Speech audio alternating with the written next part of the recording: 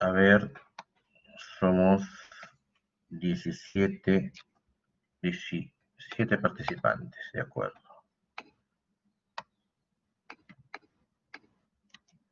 Ya.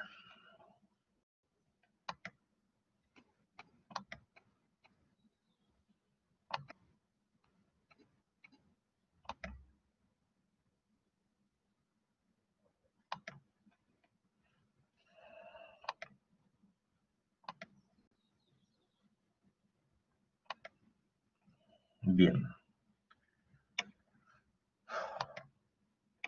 Ok, entonces el día de hoy tocaremos nefrotoxicidad por drogas. De acuerdo. Bien, la agenda a desarrollar el día de hoy, primero va a ser una discreta introducción y fisiopatología del daño renal por drogas. Luego vamos a hablar de la toxicidad por medios de contraste, por algunas drogas específicas como antimicrobianos, quimioterápicos, los fosfatos, los analgésicos, para terminar con inmunosupresores, alcoholes y finalmente drogas ilícitas. Bien. Ok. Entonces, cuando hablamos de nefrotoxicidad por drogas, estamos hablando realmente de múltiples cuadros diferentes entre sí, ya que las drogas y las medicinas y las drogas ilícitas pueden ser tóxicos, pueden ser nefrotóxicos, dependiente de muchas características. Puede ser dependiente de la misma molécula, de la misma química de la droga, o puede ser referido a el tiempo de uso o a la concentración en la cual se usan, etcétera. Entonces es muy variable enfocar el tema de nefrotoxicidad por drogas, ¿de acuerdo? Entonces es importante, más que conocer los múltiples mecanismos de toxicidad, saber reconocer al paciente que está en riesgo o al paciente que ya está desarrollando algún problema de nefrotoxicidad por algún medicamento o alguna droga, ¿de acuerdo? Porque identificando este riesgo o este desarrollo de nefrotoxicidad, uno puede evitar que, la enfermedad o el daño empeore, ¿no? Evitar el desarrollo de, por ejemplo, una lesión renal aguda, o cuando ya se instaló la lesión renal aguda, manejarla para que se recupere lo más pronto posible y encontrar o diagnosticar las complicaciones y manejarlas en forma rápida y apropiada. Entonces es importante sospechar y diagnosticar precozmente el daño nefrotóxico por algún medicamento o droga. ¿Y cómo se produce el daño? Hay varios mecanismos. Primero hay que tener en cuenta que el riñón es un órgano que es susceptible de toxicidad, de daño tóxico debido a que tiene características particulares en su funcionamiento. Primero, porque los riñones reciben una gran cantidad de la sangre, reciben el 20% del gasto cardíaco, ¿de acuerdo? Entonces hay que tener en cuenta que reciben gran cantidad de sangre y por ende gran cantidad del medicamento disuelta en la sangre. Además, muchas de las drogas son metabolizadas, manejadas, excretadas a través del riñón.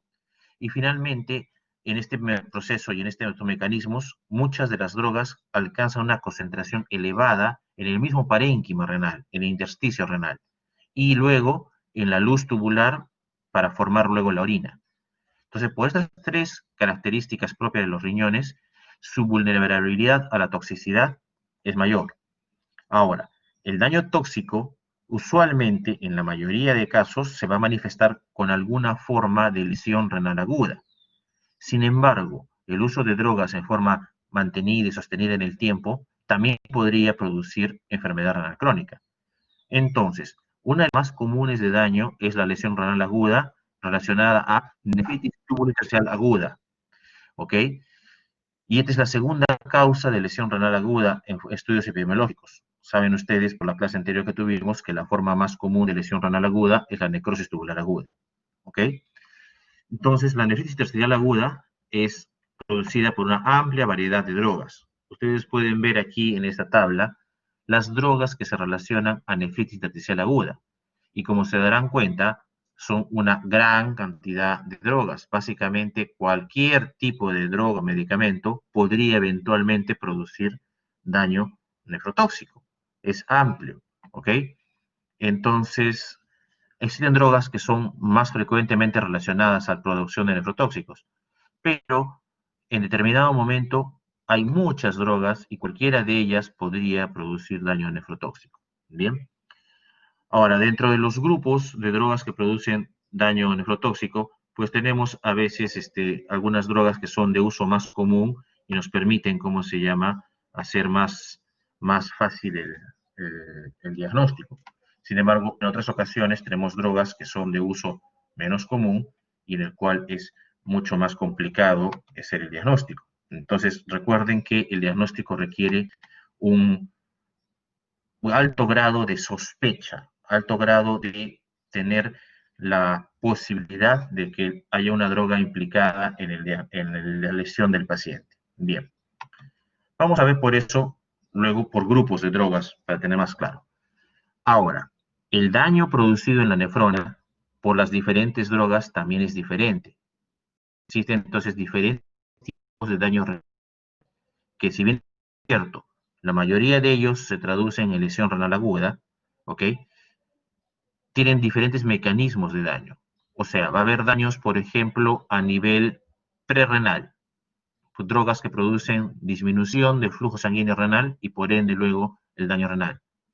Va a haber drogas que, por ejemplo, afectan y actúan la misma arteria renal, o drogas que, por ejemplo, median el desarrollo de vasculitis de vasos pequeños que dañan directamente el glomérulo.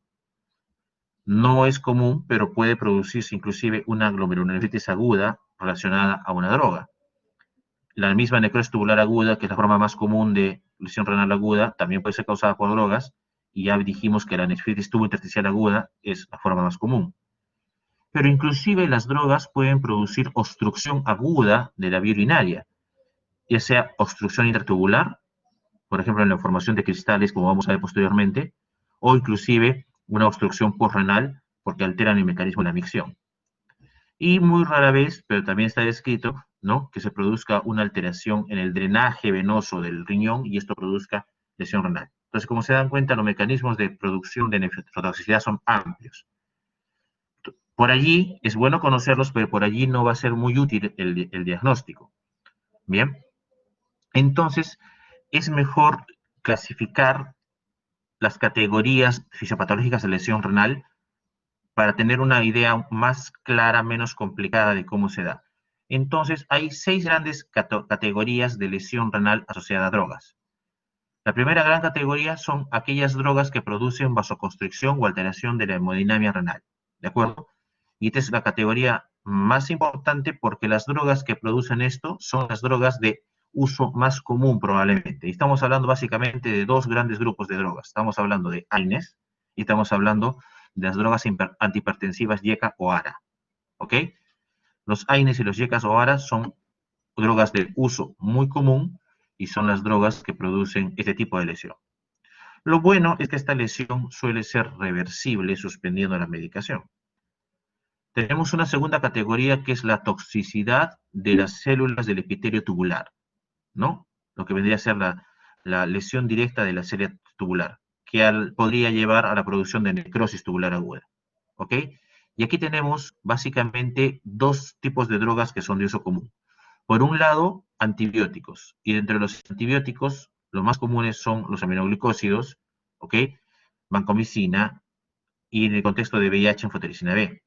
Y tenemos otro tipo de droga que vienen a ser los medios de contraste radiológico que usamos en las tomografías principalmente o en otros estudios radiológicos contrastados.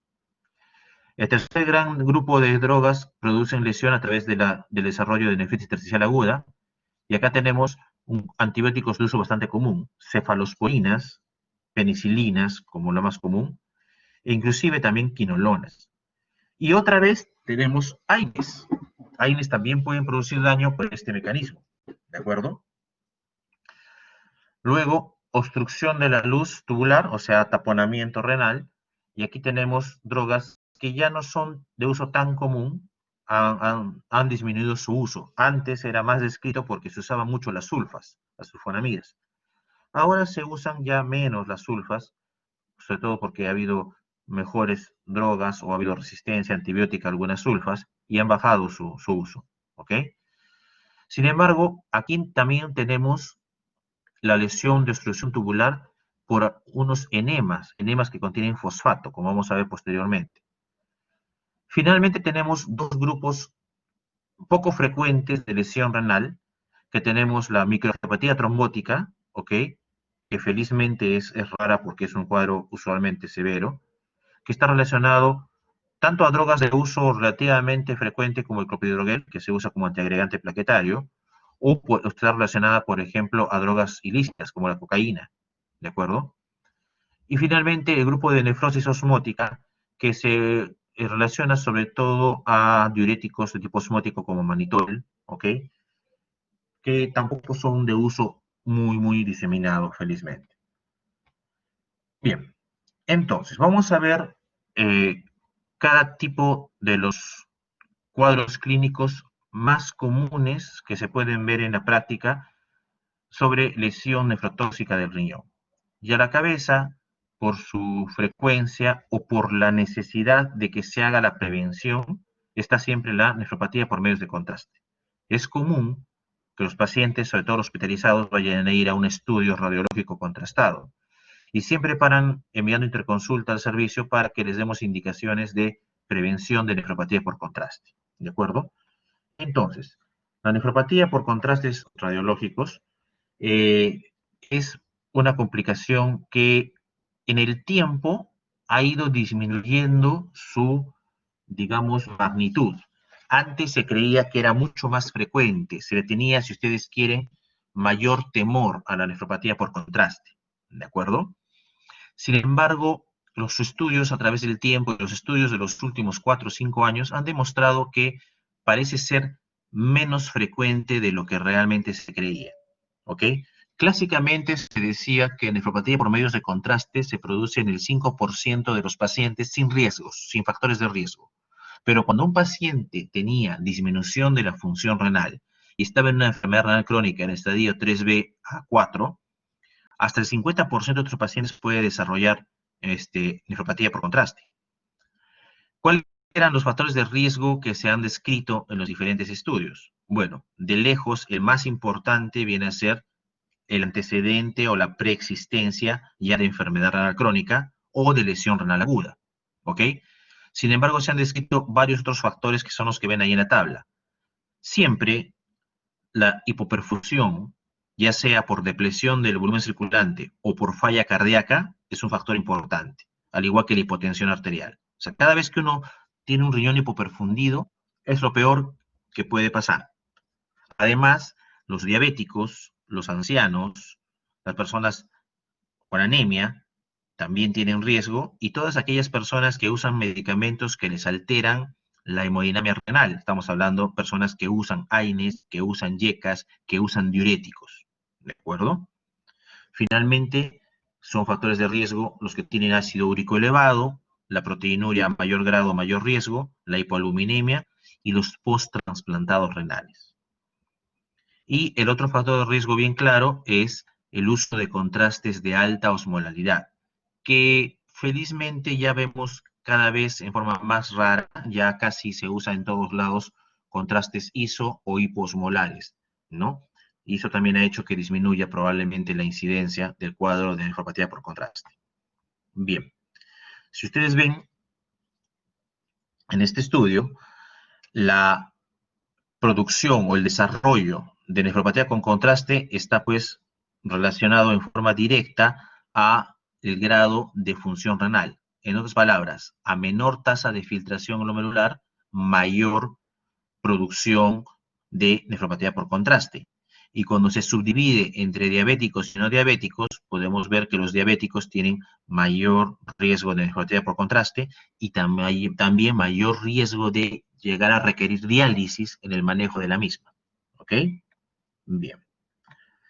Ahora, cuando ya se ha hecho la estratificación de riesgos, utilizando justamente la filtración glomerular como mi parámetro para definir el mayor riesgo, se tiene ahora actualmente que hay en realidad una estratificación de 4 grupos de riesgo. ¿Cómo así? Las personas que tienen una filtración glomerular mayor de 60 mililitros por minuto por 1,73 metros cuadrados son personas que en realidad, por ese grado de función renal, tienen un riesgo muy bajo, ¿ok? Y según las guías actuales, no se les recomienda inclusive ningún tipo de prevención o profilaxis. No hay razón.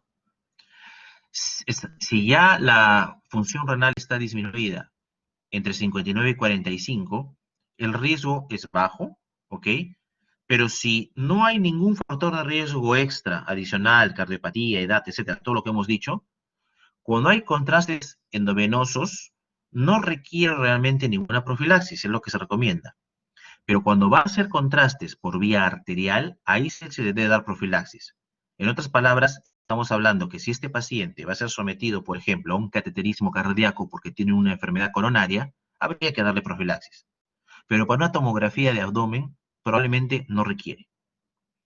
Cuando la filtración glomerular es menor a 45, es decir, que estamos hablando de una enfermedad renal crónica 3B hacia abajo, tiene riesgo moderado y ahí sí, en forma universal, se les debe dar medidas de profilaxis. Y cuando estamos enfrentando a un paciente que tiene lesión renal aguda, el riesgo es alto. Es el mayor riesgo de todas las categorías de acuerdo a función renal. Y también hay que darle siempre medidas preventivas y de seguimiento. ¿Ok? Bien. Entonces, lo que tendríamos que ver es que recuerden que esto es importante porque el paciente que hace nefropatía por contraste no solamente tiene el cuadro de lesión renal aguda que te requiere manejar y que en algunos casos va a requerir hacer inclusive terapia represor renal. También es importante porque hay estudios, como este estudio de Radnick, que demostraron que el paciente que hace nefropatía por contraste, y principalmente el paciente que hace nefropatía por contraste y que ya tenía de base algún grado de enfermedad crónica, cuando se hace el seguimiento a un año, tiene significativamente mayor riesgo de muerte. Entonces, el desarrollar una nefropatía por contraste sí me aumenta el riesgo de morbimortalidad, ¿ok? A mediano plazo. Entonces, es importante la prevención. Y para la prevención, como les decía, una de las cosas importantes es ver qué droga vamos a administrarle al paciente. Ahí tienen los tres grandes tipos de drogas de contrastes yodados para las pruebas radiológicas. Tienen los de alta osmolaridad, los de baja osmolaridad y los isoosmolares. ¿De acuerdo? Los de alta osmolaridad llegan a tener 1500 miliosmoles y es mucho, ¿no? Comparado con los isoosmolares que tienen 290. Entonces, ese es un factor importante en la elección de la droga, ¿ok? El problema es que a medida que se fueron desarrollando, primero eran los hiperosmolares y luego desarrollaron los demás, el costo también fue variando, ¿no es cierto? Y se volvieron cada vez más costosos. Pero ya con el uso masivo que está haciendo, los costos están bajando. Entonces, en nuestros lugares de trabajo es muy común encontrar que hacen las tomografías y los estudios radiológicos con yopamidol. Yopamidol es de uso bastante común en nuestro medio, ¿ok? Si además se pudiera hacer con yodaxinol, sería genial. No se ve mucho yodaxinol, hay, pero no se ve mucho el uso. Probablemente porque el costo también sea mayor, ¿ya? Con yopamidol no es el ideal, pero obviamente es mucho mejor que utilizar un contraste de alta osmolaridad. Ok, entonces, ¿qué es lo que produce la administración del contraste yodado? Lo que va a llevar es básicamente a hipoxia renal y entonces da un daño tóxico e hipóxico que producen una alteración tanto a nivel del endotelio y de la microcirculación del riñón. Y esto va a llevar a una serie de mecanismos que finalmente terminan en la toxicidad de la célula tubular e inclusive en la muerte de la célula tubular. ¿De acuerdo? Los mecanismos son complejos, ustedes los pueden leer en la revisión que les pongo ahí en la literatura, pero la idea es la siguiente, es que una vez administrado el contraste, desencadena tanto alteraciones hemodinámicas como alteraciones citotóxicas, que en su conjunto van a hacer que las células que están hipoperfundidas principalmente terminen alterándose y muriendo. ¿Cuáles son las alteraciones hemodinámicas? Estas son las primeras, ¿no?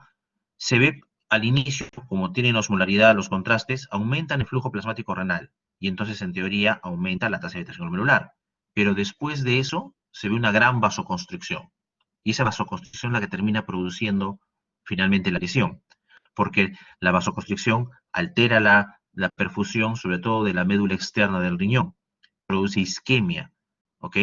Y luego se reduce marcadamente el flujo plasmático renal, principalmente en la médula, y eso va a llevar entonces a hipoxia tisular y después probablemente va a desencadenar una serie de estado proinflamatorio y puede llegar a la muerte de las células. Además, se liberan una serie de marcadores humorales de inflamación y se altera, por ejemplo, la actividad de la óxido nítrico sintetasa, las alteraciones del óxido nítrico, la endotelina, la adenosina, todo eso lleva a vasoconstricción y a isquemia prolongada renal. Bien, mecánicamente también el contraste yodado hace que la sangre y el plasma se vuelvan muy viscosos, lo cual enlentece la velocidad del flujo plasmático y hace que también haya menos oxigenación a los tejidos. ¿De acuerdo?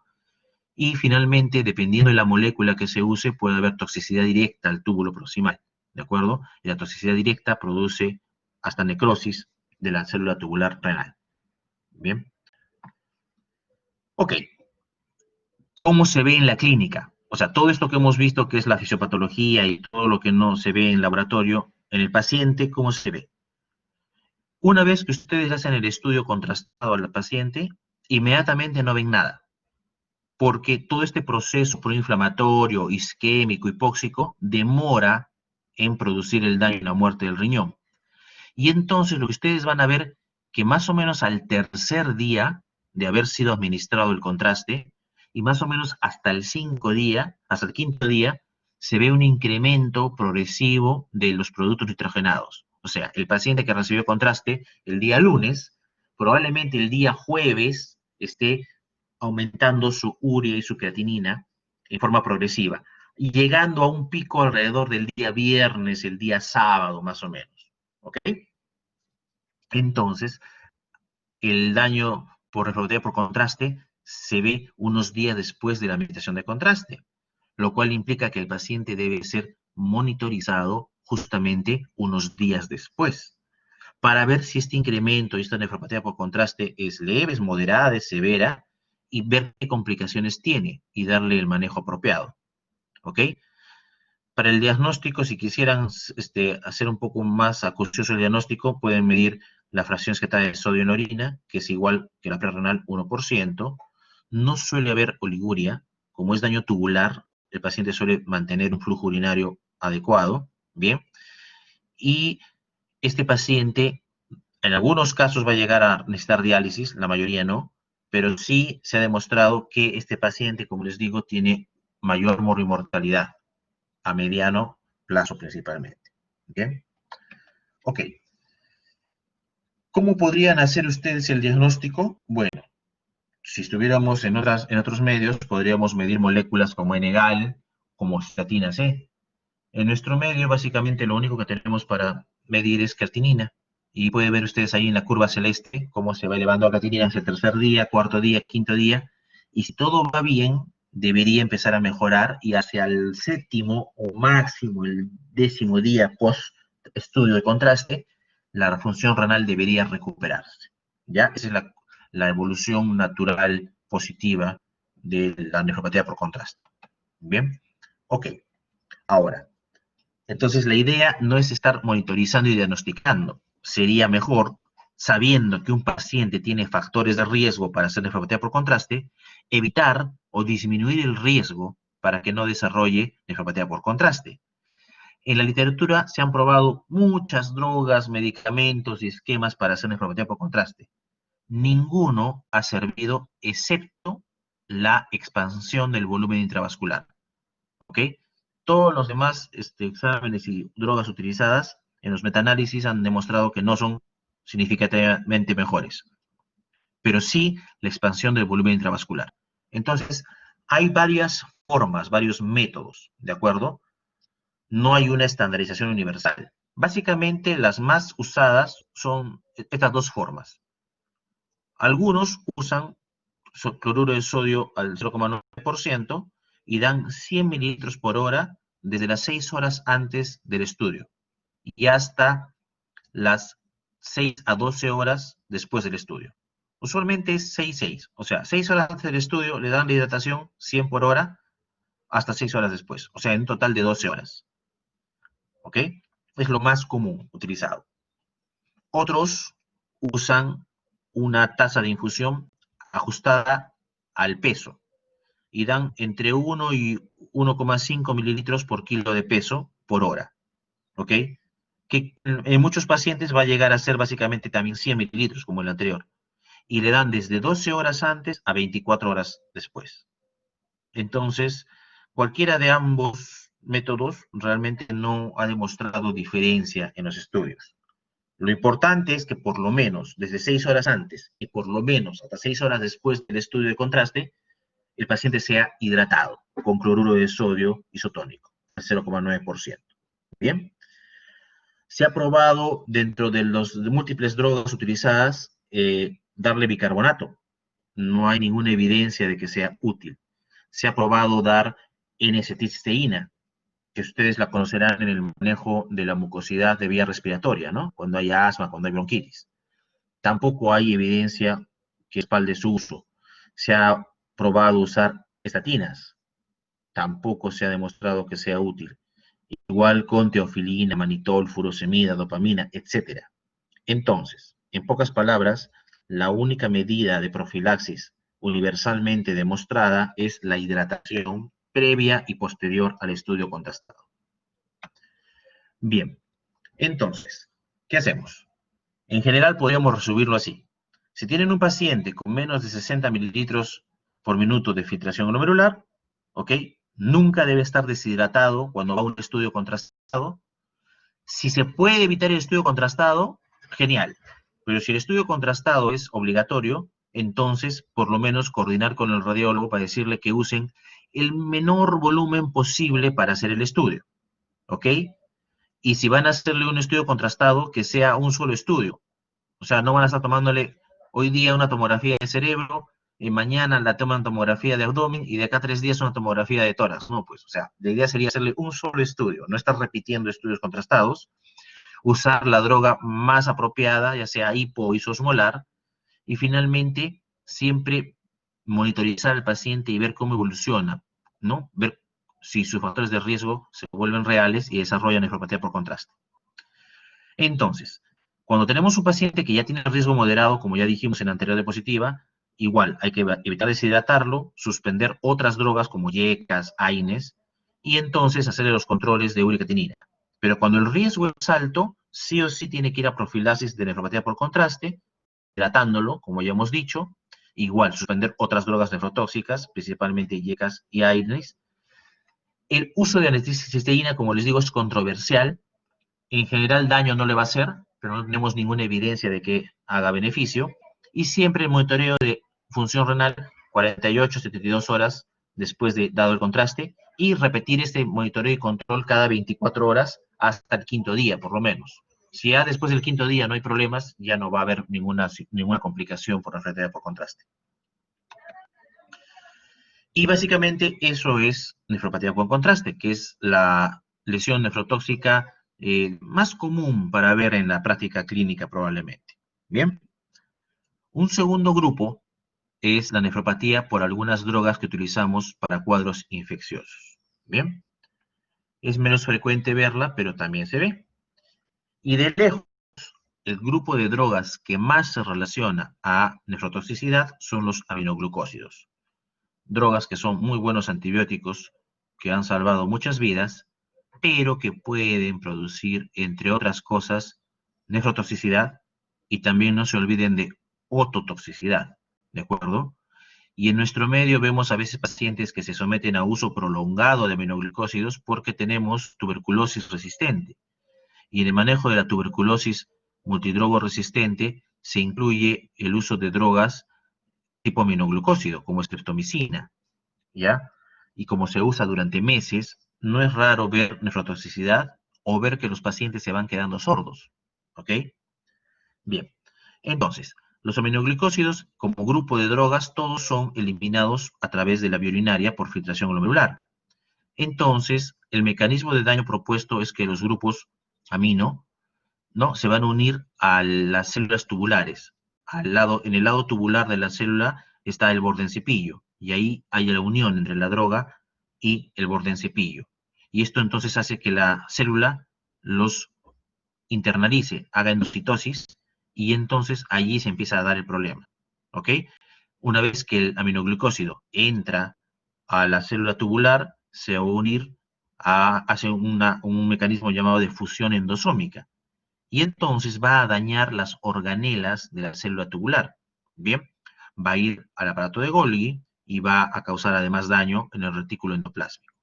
Bien, y esto va a desencadenar una alteración de los procesos vitales de la célula, y la célula podría terminar entrando en apoptosis y en algunos casos de dosis muy altas también en necrosis. Básicamente porque se altera la cadena de oxigenación y de producción de energía de la célula a través de disfunción mitocondrial. Entonces, lo que van a ver es esta lesión. Por otro lado, en el retículo endoplásmico, ¿ok?, se va a ver una alteración de lo que viene a ser la codificación o el manejo mitocondrial del ARN, y esto va a alterar la producción de proteínas a nivel de la célula. Bien, finalmente, todos estos mecanismos en conjunto llevan a la disfunción celular. Esto se da rápido, se da en el lapso de días, y se produce el daño y la muerte celular. Ahora, se ha determinado claramente que estos daños son dependientes de dosis, ¿ya?, y también de tiempo de uso. Ahora, ¿cómo se traduce todo lo que hemos visto hasta el momento clínicamente? Una persona que empieza a recibir aminoglucósidos, usualmente a la semana después de haber empezado el uso de los aminoglucósidos, se produce una lesión renal aguda, que también suele ser no ligúrica. ¿Ok? Inclusive en algunos pacientes ni siquiera es no ligúrica, sino al contrario, es poliúrica. El paciente empieza a orinar mayor cantidad, y eso va a llevarlo a que se deplepte de sodio, de potasio y de magnesio. ¿Bien? Ok. Como les decía, la lesión renal se relaciona a la dosis y a duración. Entre más dosis diaria y más tiempo reciba la droga, más lesión renal va a haber. Y esto se ve principalmente en personas adultas mayores, los que ya tienen daño renal previo, las personas hipoperfundidas, hipotensas, sépticas, ¿ok? Y las personas que usan otro tipo de drogas nefrotóxicas. Entonces, hay que evitar a toda costa mezclar dos nefrotóxicos. Es un principio de terapéutica médica. Bien. Otra droga usada para infecciones que puede causar daño renal es la vancomicina. Vancomicina antes era de uso muy, muy raro. En cambio, ahora se ha vuelto una droga de uso bastante frecuente, ¿de acuerdo? Es una droga que usamos mucho para infecciones de gérmenes gram positivos, ¿no?, derivadas de piel. En nefrología la usamos mucho para la infección de catéteres, y en medicina en general se usa para infecciones de diferente tipo. ¿Qué pasa con la vancomicina? También, al igual que los aminoglucósidos, se libera por filtración glomerular, y también luego se acumula en las células del túbulo, ¿ok? Y esto da causa nefrotoxicidad. ¿Cuáles son acá los parámetros de riesgo? Cuando uno da, por ejemplo, vancomicina más de 4 gramos por día, o cuando uno da vancomicina a una concentración sérica que supera los 20 microgramos por mililitro. En nuestro medio es difícil hacer la medición de la concentración sérica de la droga, pero sí podemos más o menos darnos cuenta la cantidad que están dando, y más de 4 gramos al día ya es un riesgo, ¿ok? Peor aún si se ha unido a otra droga que puede ser nefrotóxica. Se da entonces la lesión renal aguda, ya sea por déficit intersticial aguda o por necrosis tubular. Bien, y se ha descrito un cuadro que es poco frecuente, pero que tal vez por allí les puedan preguntar, que se llama el síndrome de Dres, ¿ok? Que eso es por sus siglas en inglés, ¿no? Síntomas sistémicos relacionados con eosinofilia, que es producida por esta droga. Entonces se da un cuadro de eosinofilia, pero con una reacción inflamatoria sistémica y además con lesión renal aguda. Raro descrito, pero bien caracterizado. Otra droga que puede producir lesión renal aguda y se usa en infecciones es anfotericina B. Anfotericina B también era una droga de uso muy raro, hasta que apareció la epidemia de VIH y la epidemia de VIH se asoció a una serie de infecciones oportunistas, ¿ok? Una droga que se utiliza para infecciones oportunistas en VIH es anfotericina B, ¿ok? ¿Cuál es el problema de anfotericina B? Su molécula, como ustedes ven ahí el gráfico, ¿no? Tiene esa disposición bipolar, y entonces se puede unir a los esteroles de la membrana en los túbulos, y entonces es como si le produjera perforaciones, crea poros en la membrana del túbulo. Esto altera la permeabilidad del túbulo y entonces se empieza a ingresar desde la luz tubular a la célula tubular una gran cantidad de sodio. Esto va a alterar la fisiología, va a alterar las bombas, va a alterar la sodio-potasio TPasa y entonces se altera la cadena energética del túbulo. Esto nos va a llevar a finalmente disfunción tubular y necrosis. Bien. ¿Cuándo se da la lesión? Acá no es por dosis única, sino la lesión por anfotericina B se relaciona más a la dosis acumulada. Es decir, ustedes suman todas las dosis que ha ido recibiendo el paciente. Cuando se supera los 2 a 3 gramos de anfotericina B que ha recibido el paciente, el riesgo de desarrollar una nefrotoxicidad se dispara. Bien. Y entonces el paciente presenta otra vez una lesión renal aguda no oligúrica, porque como en las anteriores, se pierde el mecanismo de concentración de la orina y entonces el paciente no deja de orinar, al contrario, tiene diuresis normal o tiene inclusive poliuria. Y tiene falla renal.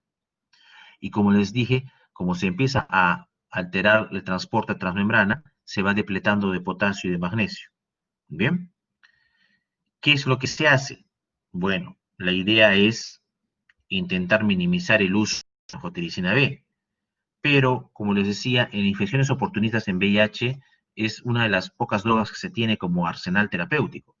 Entonces, lo que se debería utilizar es usar una preparación distinta de anfotericina B, que se llama anfotericina B liposomal, ¿de acuerdo? ¿Cuál es el problema? Que la anfotericina B liposomal es más cara que la anfotericina B común y corriente, y es por eso que lo que se usa por términos de costo, lo que compra el ministerio y todo son usualmente anfotericina B no liposomal, que es más económica, ¿ya? Si tuviesen un paciente con factores de riesgo para nefropatía por anfotericina B, lo ideal sería que compre anfotericina B liposomal, que tiene un menor riesgo que la otra preparación. Y junto a darle este tipo de anfotericina B, además habría que mantener bien hidratado al paciente. ¿Ok? Recuerden que la hipoperfusión renal es un factor asociado al riesgo. Y además, como el paciente va a orinar mucho, hay que evitar que se deshidrate. Bien. Ok. Otra droga son los fármacos antivirales, que también tuvieron su auge y su apogeo con la aparición justamente de el VIH y posteriormente con las diferentes cepas y epidemias que hemos ido sufriendo de virus, ¿no es cierto? Ahora, claro, está de moda el COVID y en el COVID no hay ningún antiviral que haya demostrado fehacientemente su utilidad. Pero antes de tener esta epidemia por SARS-CoV-2, hemos tenido muchas otras olas de infecciones por otros virus. Sin ir muy lejos, hace un tiempo tuvimos la influenza, la H1N1, ¿ok? Y así hemos tenido en la historia reciente múltiples, digamos, brotes de infecciones virales. Entonces, el uso de antivirales, ya sea por VIH o por estas infecciones nuevas, se ha vuelto más o menos frecuente, ¿bien? Cuando se empezó a manejar VIH, se usaba dos drogas que ahora son un poquito, digamos, antiguas, no por eso menos útiles. Se empezó a usar aciclovir y luego tenofovir. Aciclovir, claramente hay muchos reportes que demostraron su nefrotoxicidad, ¿ya? Y la nefrotoxicidad de aciclovir se da porque produce una nefritis tubointersticial aguda, ¿ok? Y además porque antes se usaban dosis más altas, y las dosis hacían que se empiece a eliminar aciclovir por vía urinaria. El aciclovir se concentraba en la vía urinaria y producía precipitación de cristales de aciclovir. Estos cristales de aciclovir taponaban los túbulos y producían obstrucción del flujo urinario. Entonces, eso nos llevaba a una lesión renal aguda tipo obstructiva.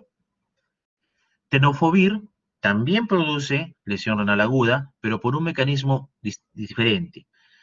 tenofovir es secretado a través del túbulo, principalmente de las células del túbulo contorneo proximal, ¿ok? Entonces, al estar ahí siendo secretado en forma activa, porque usa transportador de anión orgánico, compite con otras moléculas que normalmente deberían ser sintetizadas y secretadas por ese mecanismo.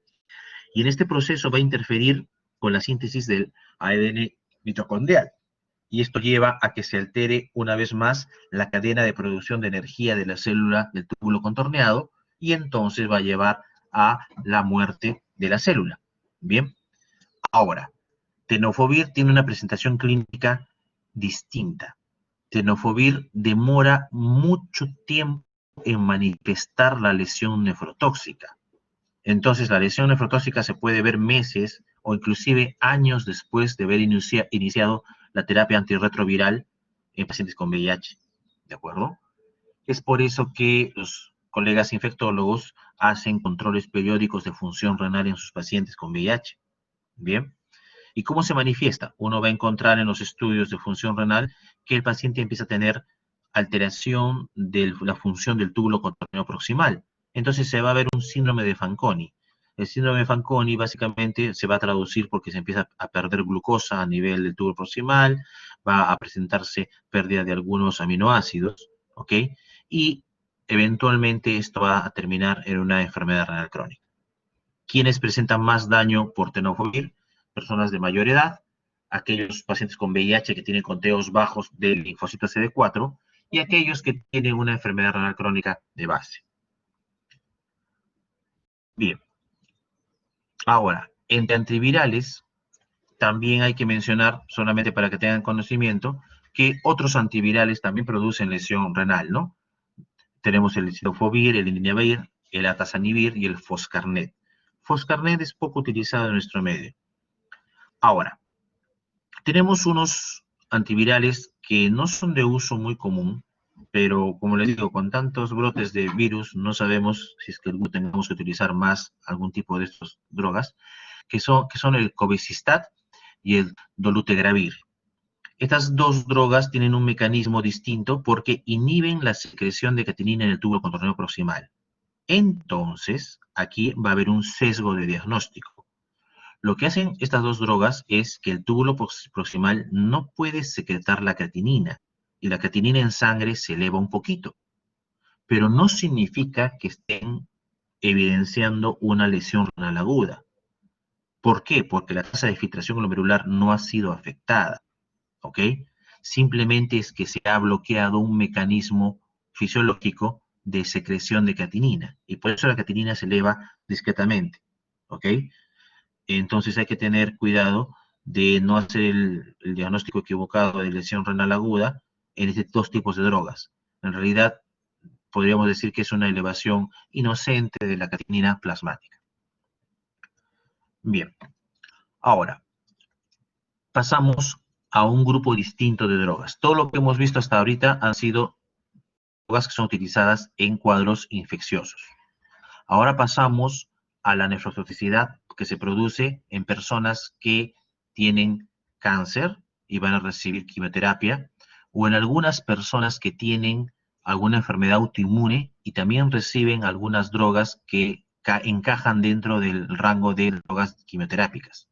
Pero principalmente son personas que tienen cáncer y van a recibir manejo por su neoplasia. Entre las drogas que producen lesión renal tenemos a cisplatino. Cisplatino es el que más se ha relacionado a lesión nefrotóxica y tiene una forma de producir daño que no está muy bien entendida, es medio compleja. Básicamente el cisplatino va acumulándose dentro del riñón y esto va a producir daño a nivel de los ácidos nucleicos y finalmente va a producir disfunción mitocondrial, estrés oxidativo e inflamación. Todo esto lleva a que se prenda y desencadene el mecanismo de apoptosis y las células tienen un tiempo de vida menor y se mueren y no se regeneran igual. Ahora, dentro de los diferentes lugares donde cisplatino puede producir lesión, de lejos el más común es túbulo contorneo proximal, en una zona muy específica, que es el segmento S3, que es el segmento que está justamente antes de iniciar el asa de Henle. ¿de acuerdo? Ahí es donde más daño se ha visto. Y entonces el cisplatino se evidencia su toxicidad porque la filtración glomerular empieza a disminuir, la urea-creatinina empiezan a elevarse en forma progresiva, ¿ok? Lo bueno es que si el uso no ha sido prolongado, suspendiendo la droga, regresiona y podría recuperarse inclusive en forma total. Bien, el punto y el problema es que usualmente los pacientes en quimioterapia requieren varias sesiones de quimioterapia con la droga. Y entonces, entre asumir una lesión renal aguda o no tratar el cáncer, usualmente gana tratar el cáncer y tenemos que estar viendo la complicación. Otra droga asociada a lesión renal es metotrexate.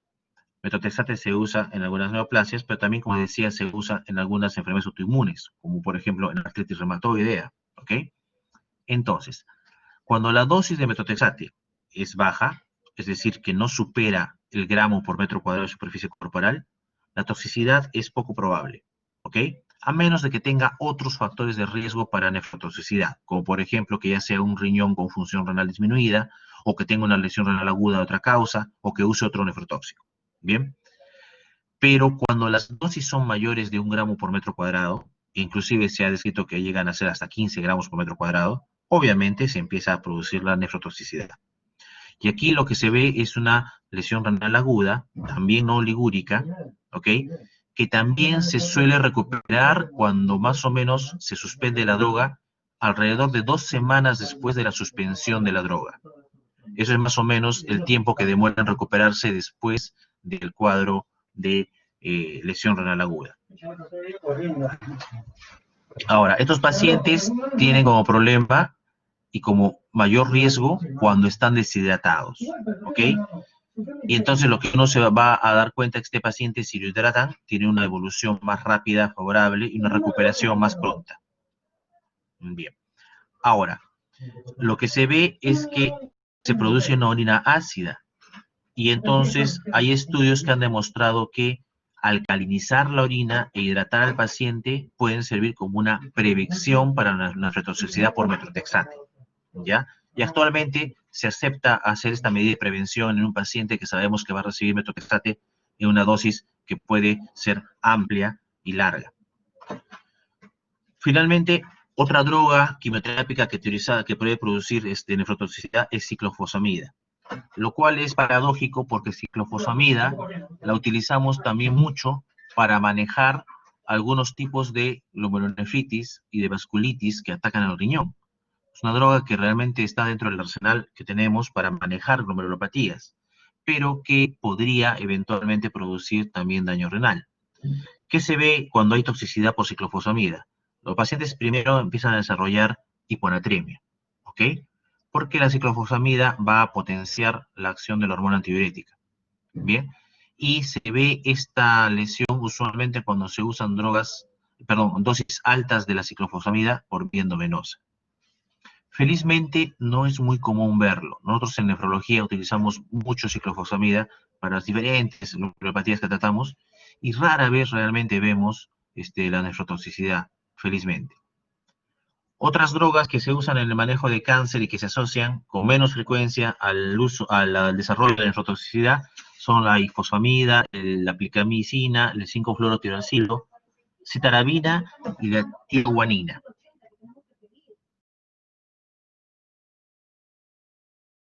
Bien, ahora pasamos ya a una forma más rara, menos común de desarrollo de nefropatía, que es la nefropatía aguda por fosfatos. La nefropatía aguda por fosfatos es de baja incidencia, pero hay que sospecharla.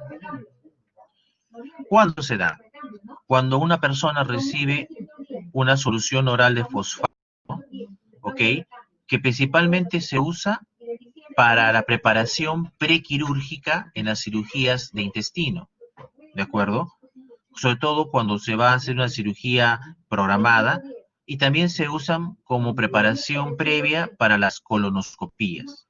Entonces, los gastroenterólogos o los cirujanos le dan a los pacientes, ¿no?, soluciones de fosfato para dejar limpio el intestino, ¿ok? ¿Qué sucede? lo que producen los fosfatos en la luz intestinal, ¿ok? Es la absorción del mismo y se da un incremento transitorio del fosfato sérico, ¿ok? Y además, como hay pérdida digestivo, eso produce depresión del volumen. Entonces, la orina se satura y empieza a haber un proceso de tamponamiento de los iones fosfato, ¿ok? Pero este proceso de tamponamiento es superado porque la cantidad de fosfato es alta. Se empieza a ver la excreción renal de fósforo y estas sales de fosfato se empiezan a precipitar a nivel del túbulo, principalmente en la forma de fosfato cálcico. Obstruyen el túbulo y producen una lesión renal aguda de tipo obstructivo, ¿ok? Entonces, este es el mecanismo principal de lesión por fosfatos. ¿Qué se ve? Más o menos el paciente, a partir de la semana después de haber recibido la solución de fosfato, va a presentar un incremento de la creatinina sérica. Bien, y en algunos casos se ha descrito que inclusive este incremento puede ser no reversible y quedarse y evolucionar hasta una enfermedad crónica. ¿Ok? Felizmente esto es poco frecuente, no es muy común. Eso ha llevado de que en algunos servicios ahora para la preparación de colonoscopías o para la preparación de la cirugía intestinal se trate de usar otras preparaciones como catárticos que no contengan fosfato. Bien, y acá viene un tema clásico, ampliamente descrito, que era mucho más frecuente antes, ahora se ve menos, pero que no deja de tener importancia por la magnitud y la frecuencia con la que se usa esta droga, y es la nefropatía por analgésicos. Bien, los AINES son drogas de uso amplio, común, se venden sin receta médica, y eso lleva a que se mantenga como un problema prevalente. Antes era mayor porque había el uso de dosis más altas y había otras drogas que eran probablemente más nefrotóxicas. Ahora tenemos otras generaciones de AINES que son menos nefrotóxicas, menos gastrolesivas, pero igual por su amplio uso, como les digo, no termina de ser superado, sigue siendo un problema de salud importante. Entonces, cuando se hace la descripción de nefropatía por AINES, las tasas de prevalencia son bien variables, ¿no? Hay zonas donde se ha descrito 0% de prevalencia y hay zonas, por ejemplo, como en Australia, que se describió que hasta había un 49% de pacientes con enfermedad renal crónica que tenían nefropatía por analgésicos, ¿ok? Entonces es muy variable esta tasa dependiendo del lugar geográfico y del tipo de estudio que se haya hecho. Entonces, ¿qué personas están en riesgo de desarrollar nefropatía por analgésicos? Básicamente aquellos que tienen como comorbilidad algún grado de falla cardíaca, ¿bien? Y en general trastornos que producen hipoperfusión renal. Se ha descrito mucho más en mujeres, más o menos 6-1 son mujeres. Y la razón es porque en los estudios clásicos la población femenina utilizaba más AINES porque tenían más frecuencia o prevalencia de presentación de, por ejemplo, enfermedades como artritis reumatoidea, que era una de las que más lleva al uso crónico de analgésicos. ¿Bien? Ok. Ahora, como les digo, las drogas antiguas se relacionaban mucho más. La droga que fue más estudiada inicialmente fue la fenacetina. Ahora ya no usamos fenacetina. ¿Bien? Pero sí usamos un derivado de la fenacetina, que es el acetaminofén, o su otro nombre es paracetamol. Y el paracetamol, que todo el mundo lo toma como una droga inocente, dependiendo de la dosis y el tiempo que se use, podría no ser tan inocente, al igual que la aspirina, ¿de acuerdo? Entonces, hay que tener cuidado en el uso siempre de paracetamol y aspirina, sobre todo en el uso crónico o en dosis altas. ¿Y qué más sabemos sobre los AINES? La nefropatía por analgésicos, ok, es diferente entre los AINES no selectivos y los AINES COX-2. Los COX-2 tienen un menor riesgo. No es que no tengan riesgo, pero sí hay un menor riesgo de desarrollo de nefropatía por analgésicos. Y la nefropatía por analgésicos y por AINES específicamente se puede presentar de diferentes formas. Básicamente se han descrito 5 cuadros clínicos en los cuales se puede presentar. El primer cuadro clínico, como se presenta, es con una lesión renal aguda prerrenal. Y esta está básicamente relacionada a las alteraciones en la hemodinamia renal, ¿ok? Como hemos descrito ya previamente. Y se ve más frecuentemente en aquellas personas que tienen hipoperfusión renal. Estamos hablando de deshidratados, cirróticos, falla cardíaca, ¿no es cierto? Síndrome nefrótico y en los ancianos también. La segunda forma de presentación es la necrosis tubular aguda tóxica, que no es muy común, felizmente. La tercera forma de presentación es la nefritis tubointersticial aguda inmunoalérgica, que tampoco es muy común, felizmente. La cuarta forma sí se describe en forma más frecuente que las dos anteriores, que es la nefritis tubointersticial crónica. Y aquí lo que se va a ver es que básicamente en el uso prolongado de AINES se da una lesión al nivel de la papila renal. Entonces, cuando se hace la biopsia de estos pacientes, se encuentra que hay esclerosis de los capilares a nivel de la médula y de la papila, y eso va a llevar a necrosis de la papila renal, fibrosis intersticial y cicatrices en la zona. Eso lleva a atrofia tubular marcada, y entonces el paciente tiene una forma de daño que es muy característica y que se puede diagnosticar inclusive por imágenes, porque ustedes van a ver que la lesión está básicamente en las papilas renales donde están atróficas o calcificadas. Y rara vez se da en forma secundaria la glomerulopatía asociada a los AINES, ¿ok? Que podría presentarse desde la forma más marcada, que es el síndrome nefrótico, por cambios mínimos, pero es una lesión poco frecuente. Bien, como les decía, acá podemos ver, si ustedes ven, por ejemplo, al lado izquierdo tenemos una tomografía, donde ustedes pueden ver en los riñones que donde debería estar las papilas renales, básicamente han desaparecido. No se ve la arquitectura normal de las papilas renales. Y en su lugar han sido reemplazadas por una imagen que es radiodensa o radiopaca, ¿no es cierto? Que esta imagen blanca donde están las flechas, que es la calcificación de las papilas renales. Y cuando ustedes ven la biopsia, se puede ver arriba cómo hay un infiltrado inflamatorio a nivel del riñón, y en la imagen de abajo, que tiene la tinción celeste, esa tinción es una tinción para ver fibrina, y pueden ver que todo el intersticio renal está compuesto por una gran cantidad de fibrina, es decir, está fibrosado el intersticio del riñón. Esta es la nefropatía por AINES, ¿ok? La necrosis papilar. Bien.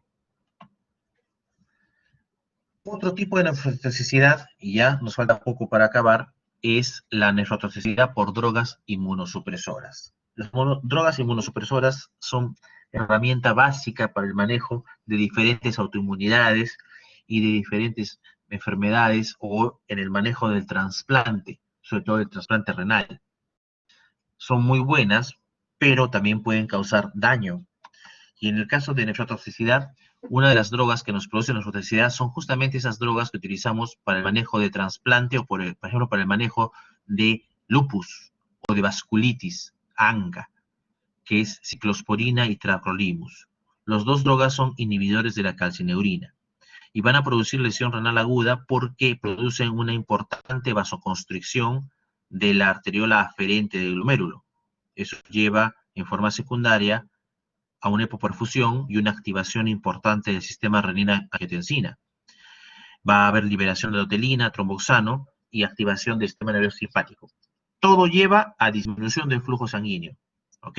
Entonces, estas drogas sí o sí requieren el dosaje sérico para el manejo. Es muy difícil saber cuánto está la cantidad de droga en el cuerpo solamente viendo la cantidad de pastillas que recibe. Entonces, en los protocolos de manejo de trasplante renal, lo que hacemos es medir la cantidad de tacrolimus o de ciclosporina en sangre y con eso reajustar la dosis para no sobrepasarnos del nivel de seguridad. Es muy útil, como les digo, para evitar el trasplante, pero si no se adecúa bien la dosis, no se regula bien la dosis, podría llevar a cuadros de fibrosis intersticial, ¿ok? Esclerosis medular, daño isquémico, ¿no es cierto? Y finalmente producir daño renal en el riñón trasplantado, es lo que no es deseable. ¿Cómo uno sospecha, o cuando uno se da cuenta, o cuando uno debería buscar daño renal por inhibidores de calcineurina? Es un paciente que usa inhibidores de calcineurina durante buen tiempo y desarrolla hipertensión arterial. hipertensión arterial asociada a hipopotasemia e hiperuricemia. Y cuando amplían el estudio, encuentran además que la pérdida de fosfato y magnesio en orina está alta. ¿Ok? Eso nos hace o nos debería hacer sospechar y diagnosticar una nefrotoxicidad por inhibidores de calcinurina. Bien. Rara vez dan daño vascular microangiopático, pero también está descrito.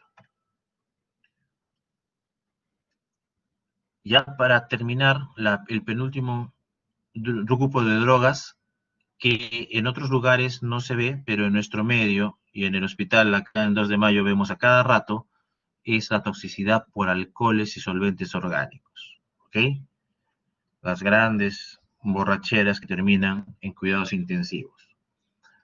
Y básicamente lo más común es por el consumo de metanol. Metanol saben que es un alcohol que no puede ser metabolizado adecuadamente en el organismo, porque el metanol rápidamente se distribuye en el cuerpo y en su forma de metanol casi no es tóxico. Pero lo que sucede es que una vez que entra al cuerpo, la alcohol deshidrogenasa lo trata de metabolizar y lo convierte en los metabolitos tóxicos, que son los que producen daño, que son el formaldehído y luego el ácido fórmico. El ácido fórmico es la forma tóxica de los metabolitos de metanol y estos producen daño a nivel tisular porque inhiben la fisiología o el funcionamiento de las mitocondrias y producen hipoxia histotóxica.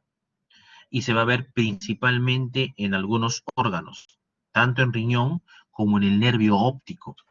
¿Ok? Entonces, ¿cómo se manifiesta la nefrotoxicidad por metanol? El paciente va a hacer una acidosis metabólica porque hay el ácido fórmico elevado, ¿ok? Con anion gap elevado, con brecha osmolar elevada, y se va a acumular formato y lactato en la sangre. Bien.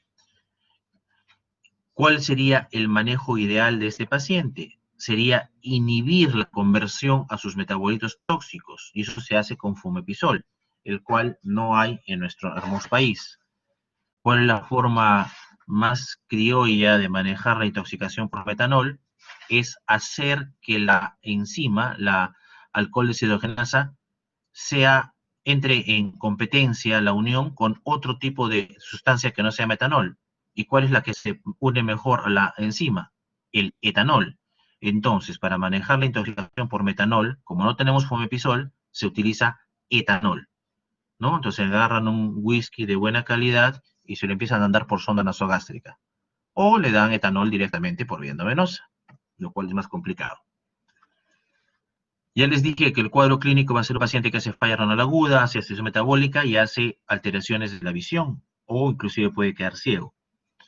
¿Cuándo se requiere hemodiálisis para remover los productos tóxicos del metanol, ¿no? El ácido fórmico, el formaldehído.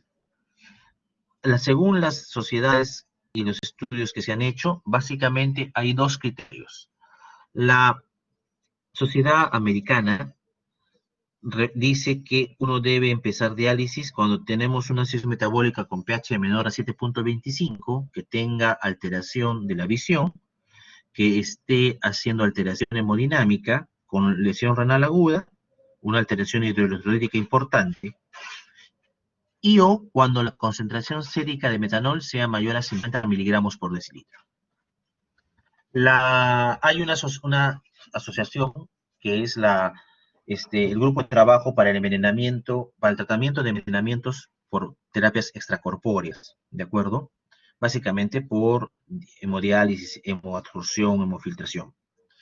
Este grupo, esta sociedad, dice que se debe iniciar terapia reemplazo renal cuando el pH es menor a 7,15, cuando ya se le ha dado tratamiento, igual cuando hay síntomas de deterioro visual o alteración hemodinámica, lesión renal aguda, síntomas neurológicos como trastorno sensorio severo, coma y convulsiones, y cuando la concentración sérica del metanol está mayor de 50, cuando no se ha usado ninguna otra droga para tratamiento, mayor de 60 cuando le han dado etanol al paciente como tratamiento, y mayor de 70 cuando le han dado fumepizol al paciente como tratamiento.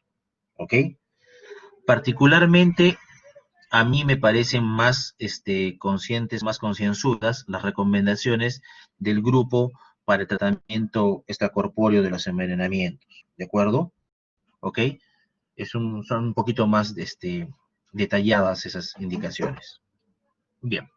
Ahora, en cuanto al tipo de reemplazo renal utilizado, se han hecho varios estudios sobre qué tipo de terapia. Y los estudios han demostrado que realmente la hemodiálisis convencional, común y corriente que hacemos todos los días, es la mejor terapia para remover metanol. Entonces no hay mucho problema en nuestro medio en dar terapia de reemplazo renal. Otro alcohol que puede estar, ser causa de nefrotoxicidad es un alcohol que es menos frecuente verlo, pero cuando lo ven es un cuadro bastante interesante, aparatoso, que es la intoxicación por etilenglicol. El etilenglicol no es de uso común, pero se puede encontrar en algunos productos químicos y es característico, típico, cuando uno encuentra, por ejemplo, un paciente, esos alcohólicos o que han estado en la gran borrachera de su vida, que deciden, por ejemplo, tomar dentro de su trago el antirrefrigerante que se usa en los motores. El antirrefrigerante que se usa en los motores tiene etilenglicol, propilenglicol, y tiene un sabor medio dulce. Entonces sirve para preparar el trago. Pero tiene este alcohol. Y estos alcoholes son metabolizados por alcohol deshidrogenasa a glucoaldehído y a glicoxilato, que son los tóxicos. Van a producir otra vez toxicidad en la célula tubular. Pero después el glicoxilato es metabolizado a ácido oxálico. Y el ácido oxálico va a precipitarse en la luz tubular, va a formar cristales y va a taponarlos. Y produce una lesión renal aguda obstructiva. Entonces, ¿qué van a encontrar el paciente? El paciente con antecedente de alcoholismo y que ha tomado todo lo que encontró, presenta un cuadro de lesión renal aguda, acidosis metabólica con anion gap elevado, brecha osmolar elevada, y en el examen de orina van a encontrar característicamente una cantidad importante de de cristales de oxalato de calcio, ¿ok? Y se ve claramente los cristales de oxalato de calcio en el examen de orina. Igual el manejo ideal sería con fumepizol, que no hay en nuestro medio, y entonces le dan igual etanol, ¿bien? Y cuando se inicia la diálisis, igual cuando la concentración de etilenglicol es mayor a 50. Aquí podemos ver, por ejemplo, fotos de exámenes de orina de personas que se han intoxicado por etilenglicol y pueden ver, ¿no?, cómo están los cristales de oxalato de calcio, bien característicos, y en la imagen de la derecha, la que está en rosado, es un microscopio de contraste de fases, se puede ver también cómo están los cristales de oxalato de calcio, característicos del diagnóstico. Bien. Finalmente, tenemos la toxicidad por drogas ilícitas, es decir, drogas que en el momento actual no son medicadas. Sin embargo, hay que tener en cuenta que este grupo, esta clasificación, es variable en el tiempo, ¿no? Porque si estuviésemos hablando de drogas ilícitas a comienzos del siglo pasado, ustedes saben que la cocaína estaba de moda y era buena para el dolor, buena para la tos, buena para todo. Ahora nadie en su sano juicio recetaría cocaína a un paciente, ¿ok? Y la marihuana hace unos años era totalmente prohibida y proscrita, y ahora hay muchos lugares en el mundo donde existe la marihuana medicinal. Entonces, cuando hablamos de drogas ilícitas, no es un grupo específico, simplemente han sido clasificadas allí porque no es legal su uso, ¿ok? Entonces, dentro de las diferentes drogas ilícitas o que no se medican, un grupo o un daño muy característico y bien descrito es el daño renal por cocaína, ¿ok? La cocaína, por su amplio uso, se ha descrito bien el daño que produce. Y tenemos varios mecanismos. Tenemos el mecanismo de radiomiólisis. O sea, ¿qué produce la cocaína? ¿Ok?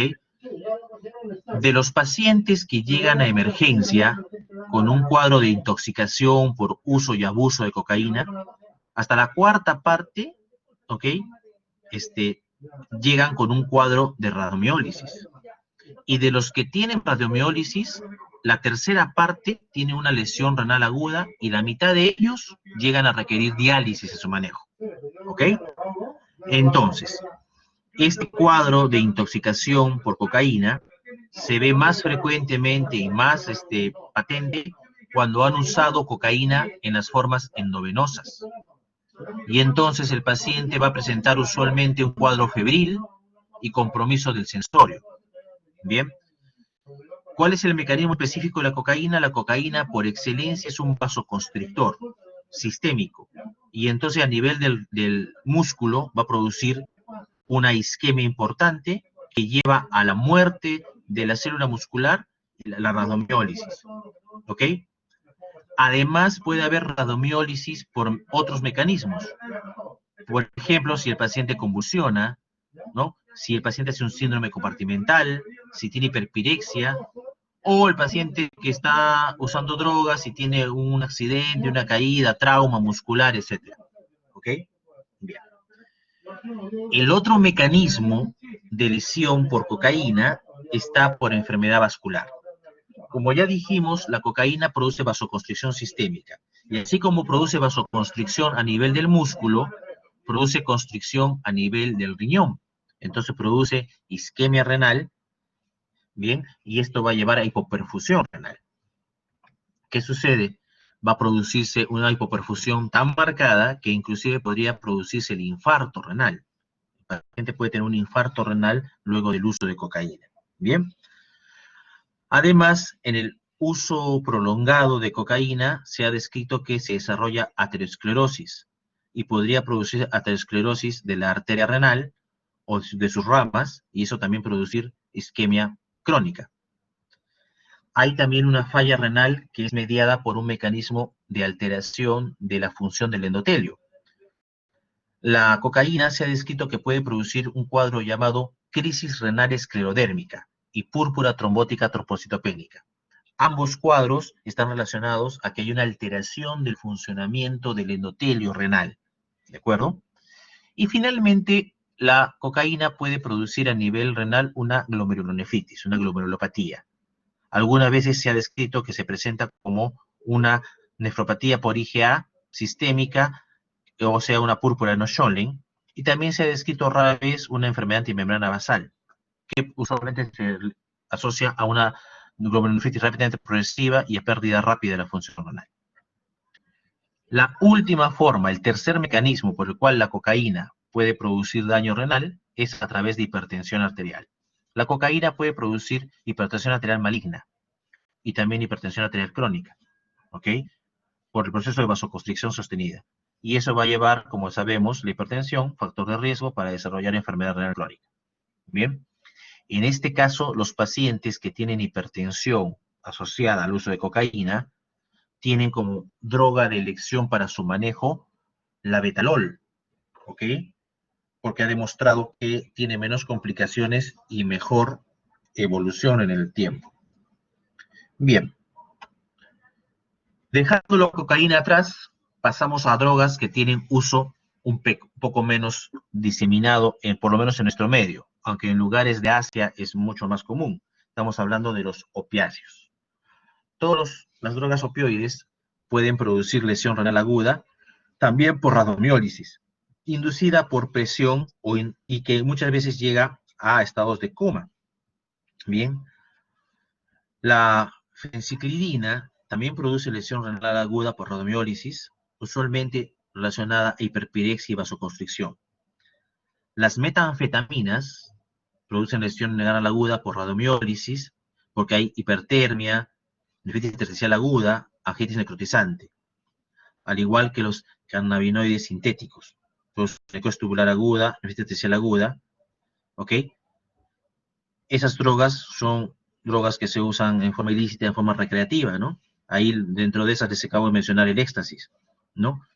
Que muchas veces dicen, no, una pastilla no te hace nada, tomar agua y es suficiente. Sin embargo, no. A veces la reacción no depende de dosis, sino depende de la respuesta idiosincrática de cada persona.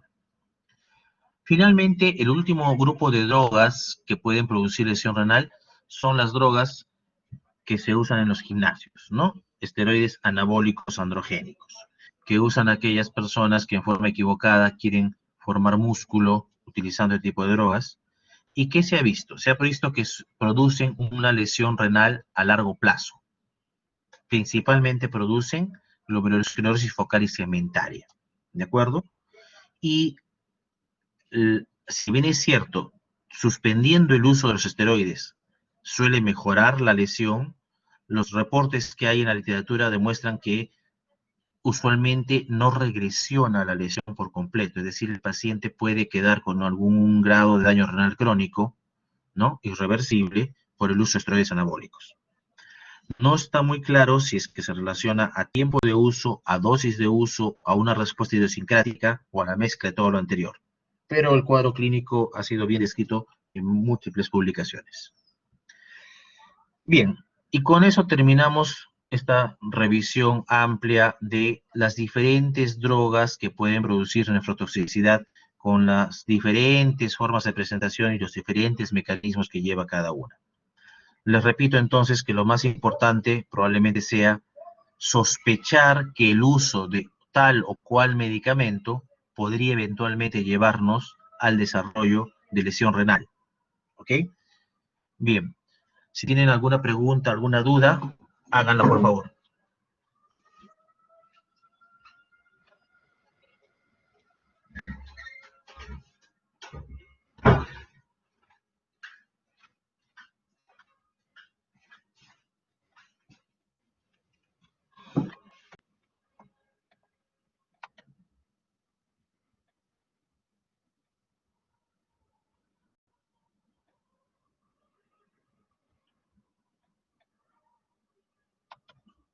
Ok.